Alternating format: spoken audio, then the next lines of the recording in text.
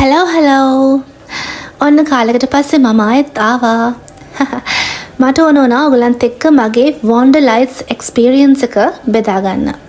මෙහි ආලන්ඩ් වල මලහයිට් කාසල් එකේ මේ Wonderlight experience එක හැම අවුරුද්දෙම තියෙනවා. ඒක winter experience එකක්. winter කාලේ මේගොල්ලෝ exhibition එකක් තියෙනවා. හැම වර්ගයකම lights දාලා ඉතින් ගොඩක් ඇවදින්න තියෙනවා පැය දෙකකටත් වැඩිය. ඒක ට්‍රැඩිෂන් එකක්. ඒක වෙන්නේ සීතල වින්ටර් කාලයේදී. ඇත්තටම හරි ලස්සනට ගතුණු රැයක් එක. ඔයගලන්ට බලන්න පුළුවන් ඉස්සරහට මම ආසම සෙක්ෂන් එක මොකක්ද දන්නවද? ඒ තමයි Mystical Forest. ඒකෙන් ඉස්සරහට. එන්නකො මම කියන්න. ඉතින් light projections, neon lights, ඒ වගේම neon paintings වලින් ලස්සනට lights decorate කරලා තිබ්බා. මෙන්න මේක තමයි mystical forest එක. තනිකර forest එකක් හදලා lights දාලා හරිම magical විදිහට තමයි ඒගොල්ලෝ display කරලා තිබ්බේ.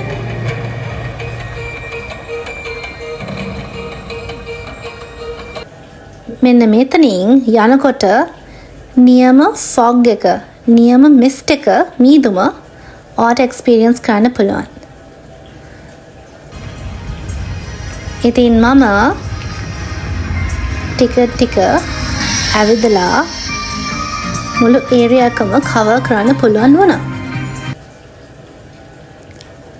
මේ තමයි නියොන් ලයිට්ස්, නියොන් පේන්ටිං. ඒ කියන්නේ මේ පේන්ට් එක මෙහෙම කලර් කරාම මේකට ලයිට්ස් වැටුනහම රෑට ෂයින් වෙනවා.